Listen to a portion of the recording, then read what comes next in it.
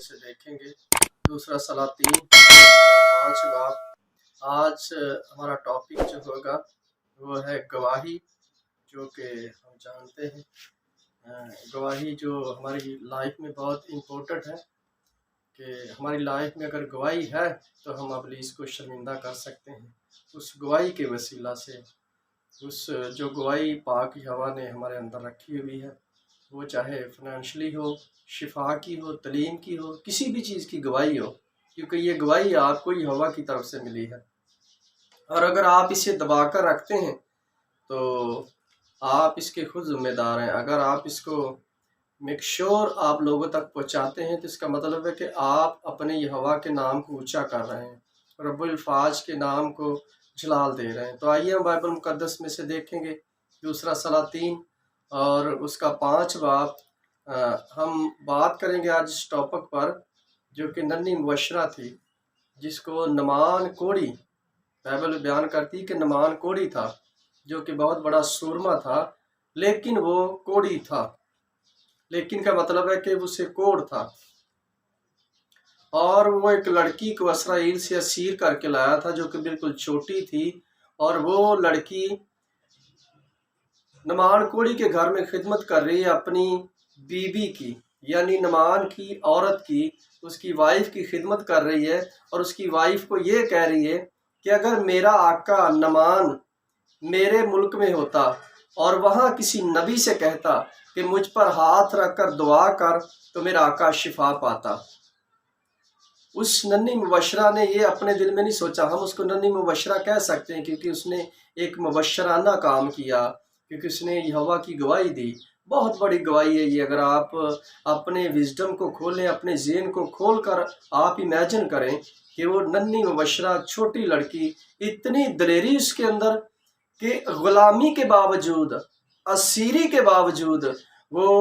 اپنے اسرائیل کو نہیں بھول رہی، اپنے خدا کو نہیں بھول رہی، اپنے نبیوں کو نہیں بھول رہی،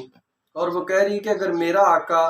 میرے ملک میں سے کسی نبی کو کہتا کہ مجھ پر ہاتھ رکھ کر دعا کر تو یہ شفا پاتا۔ ننھی مبشرہ نے یہ اپنے اندر نہیں سوچا کہ اگر میں اتنی بلیس ہوتی یا میرا نبی دعا کرتا تو میں اس اسیری سے چھٹکارا پاتی۔ اس نے یہ نہیں سوچا، بلکہ اس کا کانفیڈنس بحال تھا۔ آپ کو چھٹکارے کے لیے گواہی دینی پڑتی ہے، آپ کو چھٹکارے کے لیے کچھ نہ کچھ کرنا پڑتا ہے، آپ کو چھٹکارے کے لیے اپنا منہ کھولنا پڑتا ہے، اچھی ترتیب کے لیے، جس طرح ننھی مبشرہ نے کھولا۔ کہتی تو نعمان کوڑی کی عورت سے اس کے نوکر نے سنا، اور وہ نوکر نعمان کوڑی تک پیغام لے کر گیا کہ جس لڑکی کو چھوٹی کو ہم اسیر کر کے لائے ہیں اسرائیل کے ملک سے، وہ اب بی بی سے کہہ رہی ہے کہ اگر میرا آقا میرے ملک میں کسی نبی سے دعا کرواتا تو یہ ٹھیک ہو جاتا۔ تو آپ جانتے ہیں کہ نعمان کوڑی نے اس بات کو سیریسلی لیا، نہ کہ اس نے اگنور کیا بلکہ سیریسلی لیا، اور وہ بادشاہ کے پاس گیا،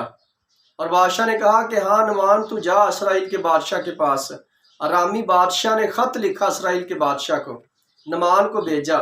اور جب وہ وہاں گیا، بائبل ایسا بیان کرتی ہے جب وہ وہاں گیا بڑے کانفیڈنٹ کے ساتھ،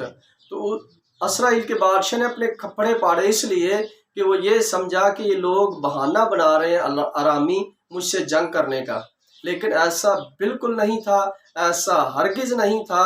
وہ حقیقت میں نعمان کوڑی وہاں آیا تھا، اور جب لیشا کو پتہ چلا تو لیشا نے لوگوں کو بھیجا اور بادشاہ سے کہا کہ اس کوڑی کو میرے پاس بھیجو۔ جب وہ کوڑی اس کے دروازے پر آیا، باہر ہی کھڑا تھا، تو لیشا کی بات کرنے کی ترتیب اور شفا دینے کا طریقہ دیکھیے۔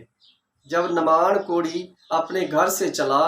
سونا چاندی 10 جوڑے سوٹ لے کر آیا کہ جب میں شفا پاؤں گا، اس نے اپنے گھر ہی سے تیاری کر لی۔ نعمان کوڑی نے اپنے گھر ہی سے تیاری کر لی کہ جب میں اسرائیل کے پاس جاؤں گا تو میں شفا پاؤں گا۔ اگر نعمان کوڑی کا کانفیڈنس بحال تھا، اس نے اپنا روپیہ پیسہ چاندی لیا، کپڑے لیے کہ میں شفا پا کر اسے نبی کو انعام میں دوں گا، اس کا مطلب ہے کہ اسے کانفیڈنس تھا، ایمان تھا۔ اور بائبل بیان کرتی ہے کہ ایمان کے بغیر کچھ نہیں ہو سکتا، اور اگر تمہارا ایمان ہے تو تم پہاڑوں کو اپنی جگہ سے ہٹا دو گے۔ جب تمہارا ایمان مضبوط ہوگا تو سڑکیں، پہاڑ تمہارے ساتھ ایک عہد باندھیں گے کہ جب تم سڑک پر چلو گے تو پہاڑ تم پر نہیں گریں گے، کیونکہ تم ایمان میں مضبوط ہو، اور ایمان کی مضبوطی ہمارے اندر ہونا بہت ہی ضروری ہے۔ اگر ہم ایمان کے کمزور ہیں تو ہم فیک ہیں، ریلیجیس ہیں، ہم نقلی ہیں، ہم بالکل اصلی کرسچن نہیں ہیں۔ یہ لڑکی اصلی کرسچن تھی، اس نے کشریلٹی کو غیر قوموں میں جا کر زہر کیا، گواہی دی نمان کوڑی کو، اور نمان کوڑی بھاگا بھاگا اونٹ لدے اور کچھ اپنے لوگ لیے نال اور اسرائیل کے بادشاہ کے پاس آیا۔ جب لیشا کو پتہ چلا تو لیشا کے دروازے پر آیا تو لیشا نے اندر ہی سے کہہ دیا کہ جا یردن کے دریا میں 7 بار غوطہ لے اور تمہارا کوڑ جاتا رہے گا۔ اور اس بات سے بائبل بیان کرتی کہ نمان کوڑی نے غصہ کیا، کہنے لگا کیا ہمارے ملک کی ندیاں اس سے بہتر نہیں ہے؟ کیا ان کا پانی تمہاری ندی سے بہتر صاف نہیں ہے؟ لیکن اس کے باوجود اس کو غصہ چڑھا بہت ہی، اور وہ واپس گیا۔ جب وہ اس یردن کے پاس پہنچے تو نمان کوڑی کے نوکر نے اس سے کہا کہ اے میرے آقا، اس نے تو بس یہی کہا ہے نا کہ 7 ڈبکیاں لگانی ہیں، اگر ہم لگا لیں گے تو اس سے کیا ہے؟ اگر وہ کہتا کہ تم الٹے لیٹ کر جاؤ تو تب بھی ہم جاتے، کیونکہ ہمیں ضرورت تھی۔ اور نمان جب اترا دریا یردن میں، جب اس نے 7